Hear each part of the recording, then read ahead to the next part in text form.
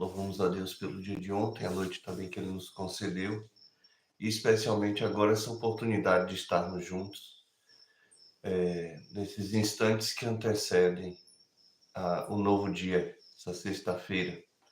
Já estamos finalzinho da semana, amanhã já será o dia de preparação, onde vamos terminar de colocar todas as demais coisas em ordem, até onde for possível, para que no dia do Senhor não tenhamos nenhum impedimento para o buscarmos juntos, o adorarmos.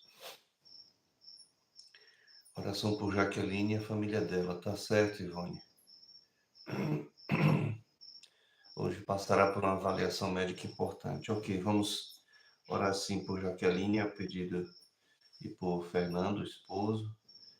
É o pedido de nossa irmã Ivone. Nós bendizemos o nome do nosso Deus pela vida de Júlia aqui também com a gente, a Delson, Deus abençoe, nossos irmãos queridos, nossa irmã Ivone e todos os demais que provavelmente já estão chegando aqui para participar dessa live conosco, desse momento devocional. Nós vamos orar ao Senhor, meus irmãos, e depois nós retornaremos aí para o texto de Atos, Atos no capítulo 1, os versículos de 6 a 11, é a segunda seção ali do livro, segundo parágrafo, onde nós estamos fazendo essa leitura devocional e ouvindo alguma orientação, ouvindo todos os dias alguma mensagem para termos no que meditar durante as manhãs. Logo mais às 12h30 já acontece ali a nossa devocional familiar, onde uma nova instrução também nos é dada através do breve catecismo, que estamos também próximos à conclusão dele, Catecismo de Westminster. Hoje nós vamos para a pergunta 102. Daqui a pouco a gente já vai dar início a um outro documento, tá certo? Onde aprenderemos bastante sobre a síntese da instrução da Palavra de Deus, as doutrinas, as sãs doutrinas da Palavra de Cristo para nós. Aqui nós temos nessa segunda perícope sobre a ascensão de Cristo, sendo que já embutida nessa ascensão de Cristo a grande comissão, que foi dada na ocasião desse fato histórico da ascensão. Já vimos a promessa do Espírito, aqui, junto com a introdução ao livro de Atos, alguma explicação que Lucas deu para Teófilo e que se aplica às nossas vidas também. Nessa segunda seção, nesse segundo parágrafo, a gente chama em hermenêutica perícope, aqui no texto grego do Novo Testamento, essa breve seção, Jesus apresenta aqui informações sobre o reino. Na verdade, Jesus tem a intenção de falar sobre a vinda do Espírito, melhor dizendo, sobre a igreja. E os judeus ali, os discípulos, que eram judeus, eles começam tentando dar uma interpretação mais do ponto de vista do reino de Deus, olhando escatologicamente, tá certo? Sobre aquilo que Cristo estava dizendo. Mas o foco não era exatamente esse. Jesus faz uma correção, mostrando que a vinda do Espírito em Pentecostes teria e teve, de fato, mais a ver com a missão da igreja. Não deixa de ter um pouco de natureza escatológica, é claro, mas a missão, a pregação do Evangelho a todas as nações, o ajuntar do remanescente para o aguardo da segunda vinda. Então, estava ali começando a era da igreja, se espalhando sobre toda a terra. Com o fim da era dos judeus, aqui a gente está nessa interseção, se aproximando do fim da era dos judeus, como a igreja visível, e início do Israel espiritual de Deus, que é a igreja, tá certo? Formada de judeus e gentios. Hoje nós vamos ver a partir do verso 9, mas focando aqui nos versos 10 e 11. Ontem a gente já viu o 8 e o 9. E a partir do 9 será o texto da gente poder meditar nessa manhã aqui e aplicarmos na nossa vida o relato de Lucas acerca de como ocorreu o momento da ascensão. Vamos ter uma palavra de oração? Vamos ter uma palavra de oração e depois a gente vem para a leitura do texto, tá bom? Conosco aqui também, nosso irmão Kel. Deus abençoe a vida de nosso irmão, a vida de Josi, de Arthur e todos os demais também.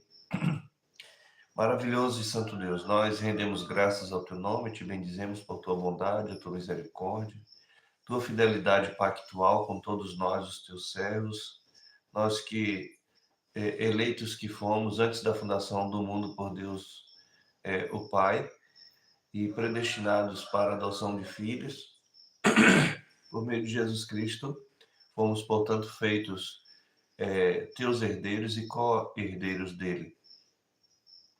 E com toda a confiança que temos na obra da nossa redenção, feita por Jesus Cristo, é que nós nos achegamos ao Senhor nesse instante, primeiro para suplicar o teu perdão pelos nossos pecados, mas também, ó Senhor, colocarmos diante de ti nossa vida, nossa família, nossa igreja, colocarmos diante do Senhor a todos nós, juntamente com os nossos familiares e amigos, e suplicando de ti a tua graça, a tua misericórdia, o teu favor, especialmente a graça da salvação. Nós clamamos que o Senhor nos purifique de nossos pecados, nos limpe de toda transgressão e que o teu Espírito nos ajude, através da tua palavra, crescermos em santidade para o Senhor. O teu próprio Filho, intercedendo a ti, ó Deus, ele suplicou isso pelos seus discípulos, que o Senhor o santificasse na verdade. Que o Senhor santificasse na verdade e a tua palavra é a verdade. E, portanto, buscamos a cada dia ouvi-la, aprender dela e necessitamos do auxílio do teu Espírito para que ela seja aplicada na nossa vida e nos tornemos bons ouvintes da palavra de Deus, que são aqueles que ouvem e praticam, aqueles que estão sempre ouvindo a tua palavra e praticando a tua palavra. Nós rogamos que o Senhor fique conosco, que o Senhor nos dê graça nesse instante, de uma maneira carinhosa e especial. Te apresentamos a vida de Jaqueline. Rogamos que o Senhor abençoe ricamente a vida dela, juntamente com ela, o seu esposo, esse jovem casal.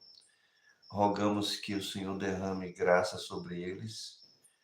O Senhor já tem assistido eles com a graça comum, e o que suplicamos humildemente é que o Senhor também os assista com a graça da salvação, Senhor. Que eles possam te conhecer como único Deus e Senhor da vida deles. Que eles possam depositar toda a confiança de sua vida nas tuas mãos e que eles tenham, ó Deus amado, a bênção dada pelo Senhor de crescerem, multiplicarem e ajudarem na missão que temos de espalhar a imagem e a semelhança de Deus sobre a terra, tendo muitos filhos.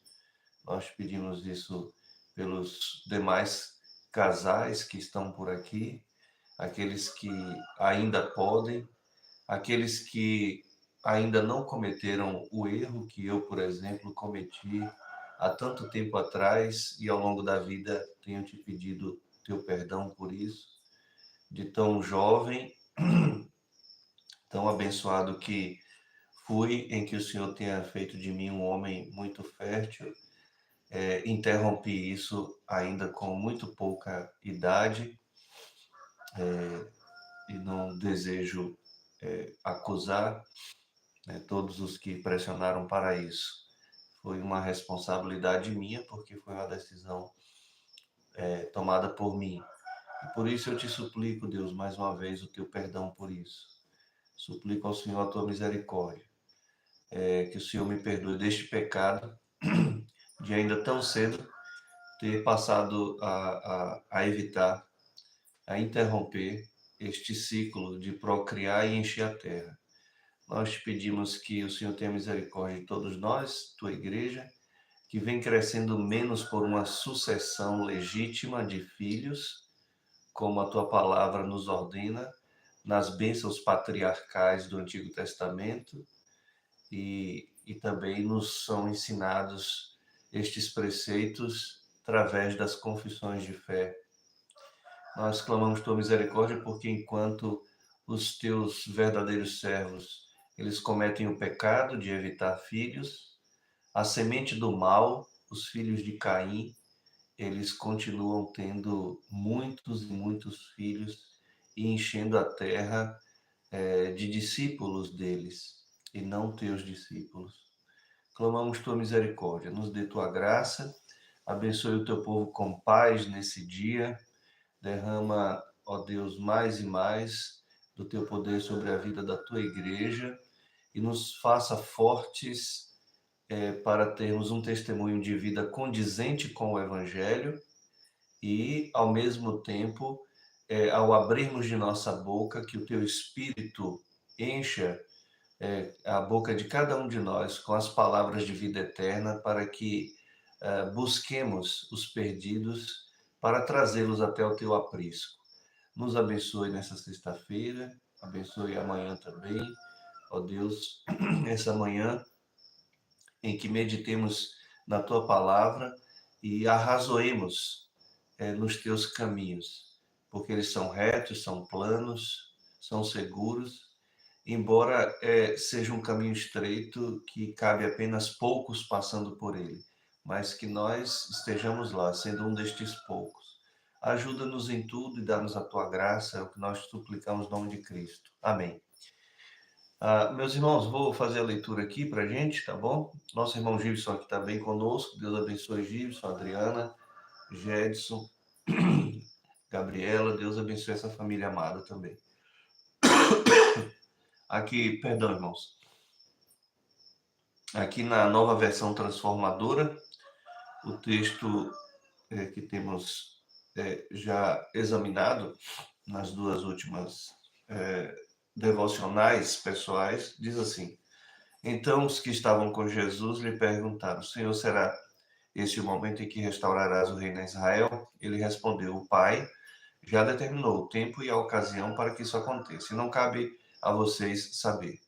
Vocês receberão poder quando o Espírito Santo descer sobre vocês, e serão minhas testemunhas em toda parte, em Jerusalém, em toda a Judéia, em Samaria e nos lugares mais distantes da terra.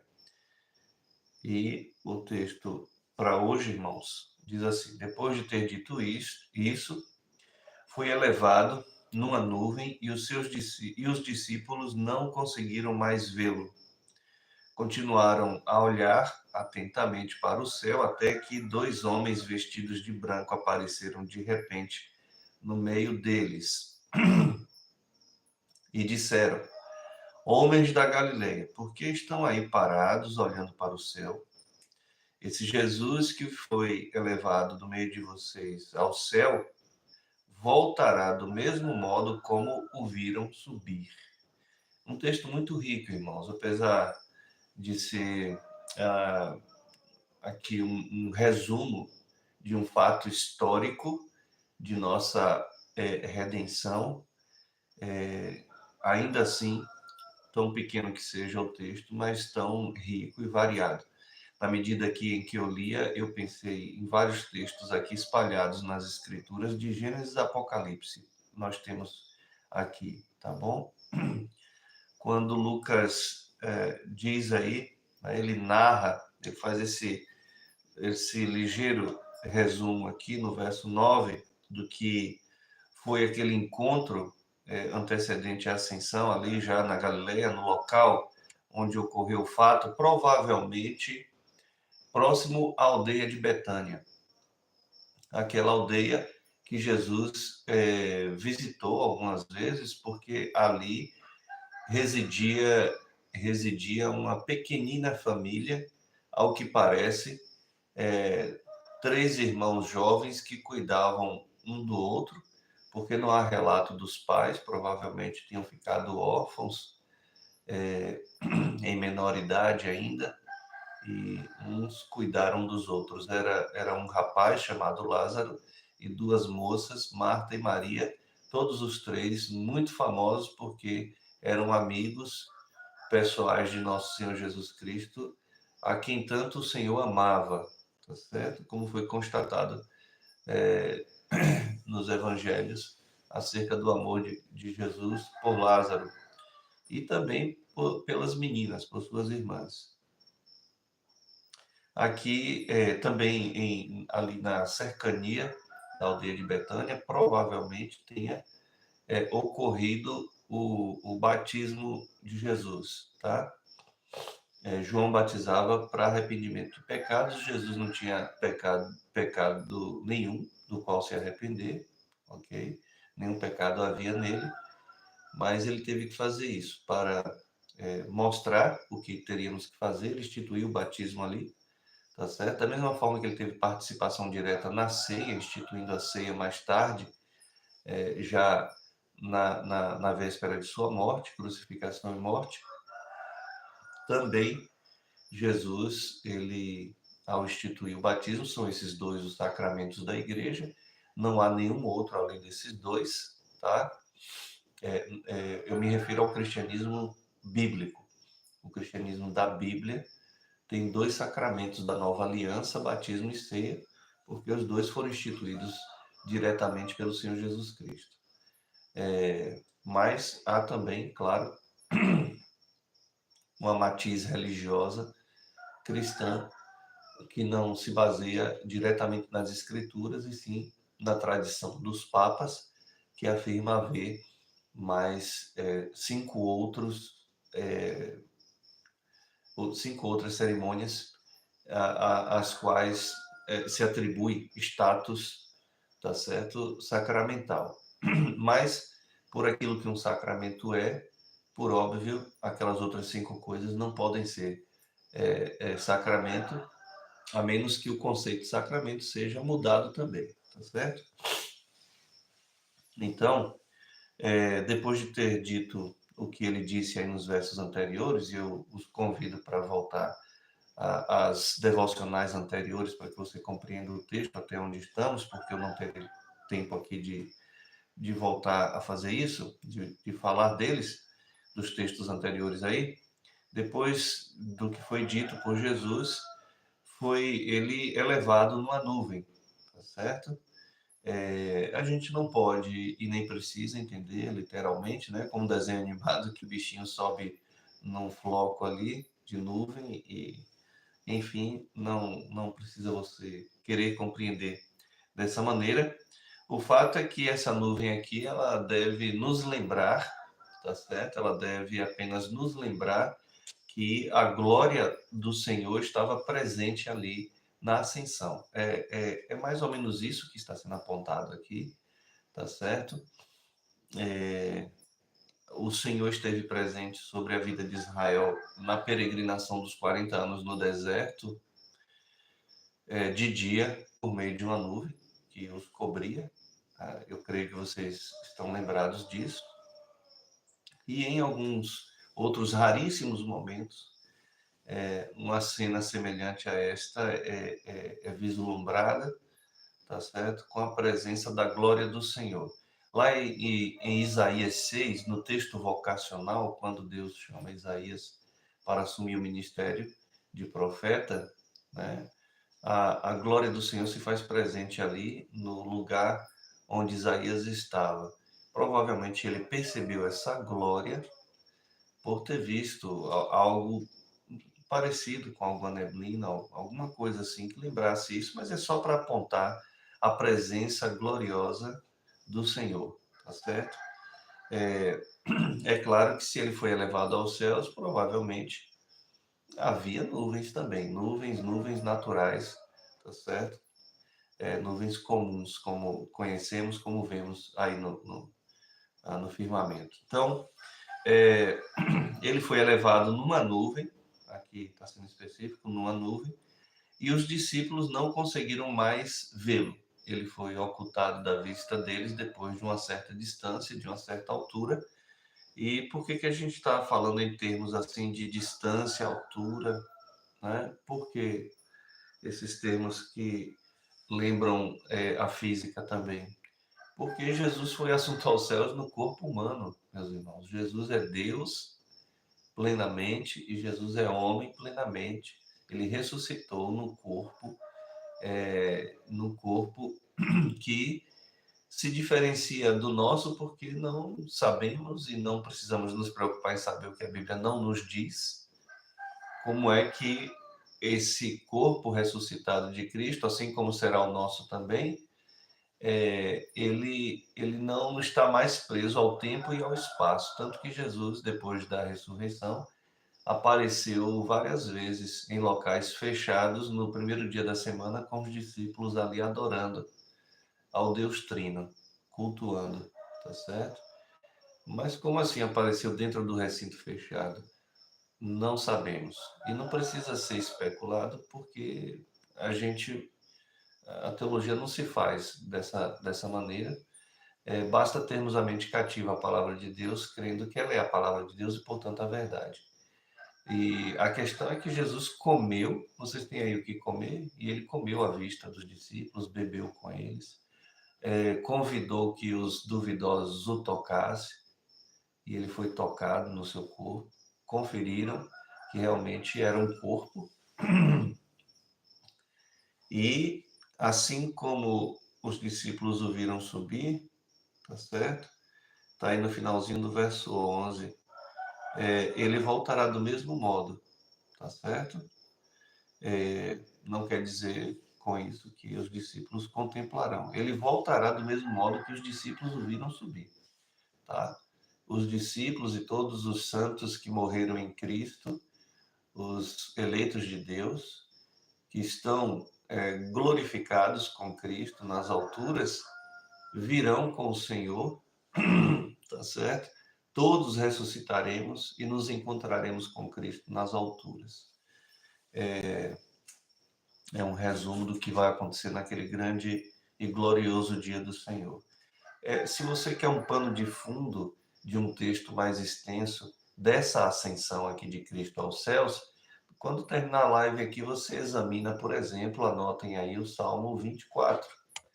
O Salmo 24 ali é um prenúncio 1000 anos antes desse acontecimento, tá? 1000 anos antes, poeticamente, um salmista foi e escreveu o fato da ascensão de Cristo. Está lá no Salmo 24, o refrão daquela canção é: levantai, ó portas, as vossas cabeças, levantai, ó portais eternos, para que entre o Rei da Glória. Tá certo? Então ali, deixa eu tirar esse mosquitinho tão pequenininho que está fazendo um ponto aqui na. Então, ali a gente tem o relato da ascensão. Continuaram a olhar atentamente para o céu, diz o verso 10, até que dois homens vestidos de branco apareceram de repente no meio deles. Há muitas seitas que têm essa questão, né, de se vestir de um pano branco e tal. Eu, na minha segunda vez que residi em Salvador, aqui a capital da Bahia, eu lembro que prestava auxílio, fui evangelista, tinha 20 e poucos anos na época, e me tornei presbítero de uma igreja, de um bairro lá, e transitando no bairro, sempre ouvia uma seita lá que, quando eles vacilavam, deixava a porta entreaberta, dava para ver todo mundo com uma espécie de túnica branca, só que mais simples, feita com provavelmente saco de açúcar, né? E muito estranho aquilo ali. E as pessoas, elas pegam textos que não podem ser interpretados literalmente, dão literalidade, aqueles textos que devem ser interpretados com literalidade, eles querem alegorizar e viram uma confusão, e confusão nunca acaba bem. E aqui, na verdade, essa brancura provavelmente é apenas para condizer, para tipificar a pureza, a santidade, o momento ali do acontecimento. Quase sempre, tá certo? Não podemos dizer que sempre, mas muitas vezes a aparição de anjos se deu assim, né?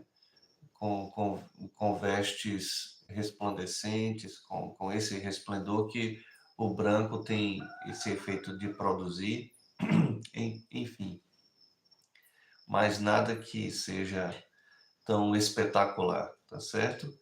A não ser o fato de ter aparecido estes dois homens de branco. Aí sim, um fato extraordinário para demarcar aquilo ali. E ao olhar atentamente para o céu, o que eles viram foi isso.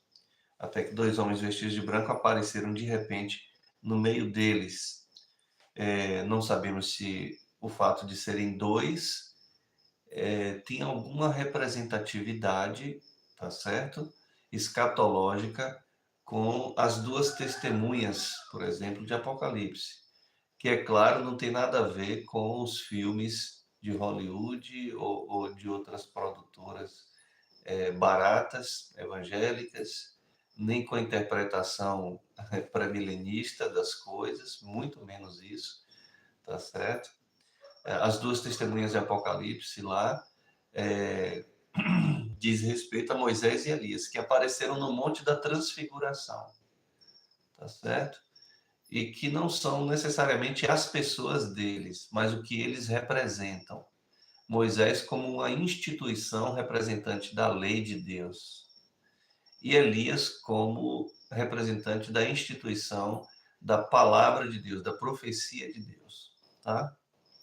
As duas testemunhas é a palavra de Deus e especificamente a lei de Deus. Moisés e Elias é o que é representado por simbolicamente Apocalipse como as duas testemunhas.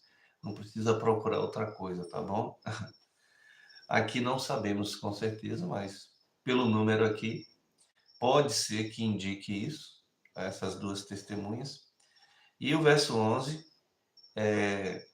aqueles homens disseram: homens da Galileia, por que estão aí parados, olhando para o céu? Né? Isso nos lembra também aquela pergunta da ressurreição que foi feita às meninas, às Marias que foram lá no sepulcro, né? Para ver o corpo de Jesus embalsamado, colocar mais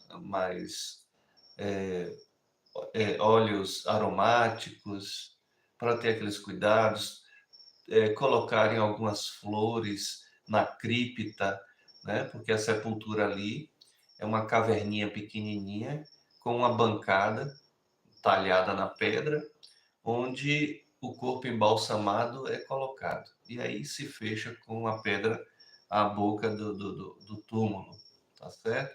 Mas elas encontraram quem lá? O anjo do Senhor, os anjos perguntando por que vocês procuram aquele que vive dentre os mortos. Os homens aqui que apareceram na ascensão, então disseram: homens da Galileia, por que estão aí parados olhando para o céu? Esse Jesus que foi elevado do meio de vocês ao céu, voltará do mesmo modo como viram subir. A Deus seja toda a glória, irmãos.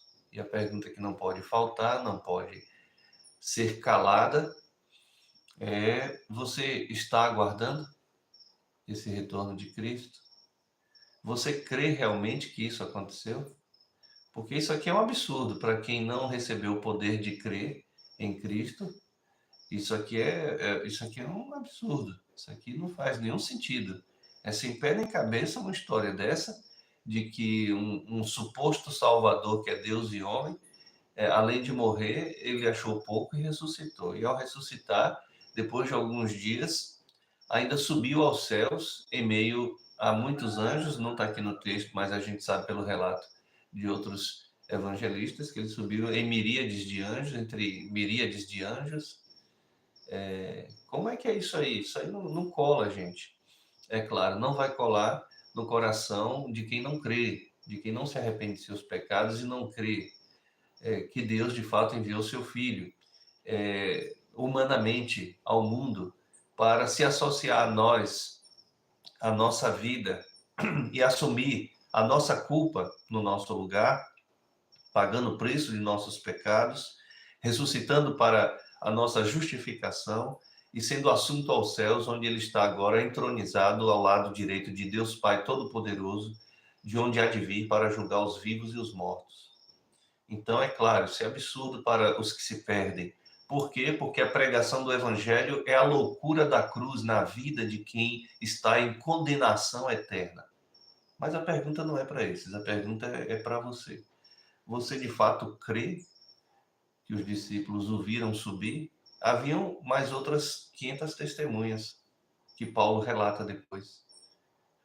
E mais do que crer no que está escrito aqui, você está vivendo aguardando a volta de Cristo? Não, eu sei, não, eu acredito, não, eu acho que ele vem mesmo. Não, você está aguardando o que é que em que isso interfere no seu dia a dia? Como é que essa informação traz impacto na minha vida e na sua? Ao ponto de interferir como a gente vive, aguardando a qualquer momento ouvirmos o alarido da trombeta e ouvirmos o nosso próprio nome sendo chamado. Vamos orar? Nossa esperança e oração é que, de fato, creiamos em Cristo, aquele que subiu e aquele que voltará. E não precisamos de muitas palavras se já vivemos condizentemente, de acordo com a esperança escatológica de que ele retornará. Vamos orar. Senhor, nos dê graça nessa hora. Nessa hora também, vem transformar a minha vida, a vida de meus irmãos, familiares e amigos, numa vida de quem está agora aguardando Cristo dos céus. E que essa expectativa seja tão real em nós que modifique o nosso pensamento, modifique as nossas atitudes. Nós, por tudo, louvamos o teu nome, colocamos em tuas mãos nossa vida, colocamos em tuas mãos mais uma vez a vida de Jaqueline. Que o Senhor abençoe a vida dela, de seus irmãos, derrama graça sobre eles. Toma a vida também de Esté e de Eliseu, ó Deus, abençoe a vida destes jovens também, se voltem para os teus caminhos. Pedimos pelos filhos dos teus filhos aqui presentes, ó Deus, possamos ver a tua bênção não só na nossa vida e sobre nós, mas na vida, ó Deus, de nossa posteridade, na vida de nossos filhos, netos, enfim, derrama graça, Senhor. Fica conosco, nos ajuda. Nós pedimos humildemente no nome de teu Filho Jesus, nosso Senhor. Amém. Deus abençoe, meus irmãos, dê para vocês e para mim também um dia proveitoso, um dia de paz e de muitas bênçãos, incluindo nestas bênçãos as lutas que temos que travar no dia a dia, através das quais nos fortalecemos, aprendemos, crescemos, tá bom? 12h30, a gente se encontra aqui outra vez, para nos alegrarmos em falar com o Senhor e ouvirmos a instrução dele para nós.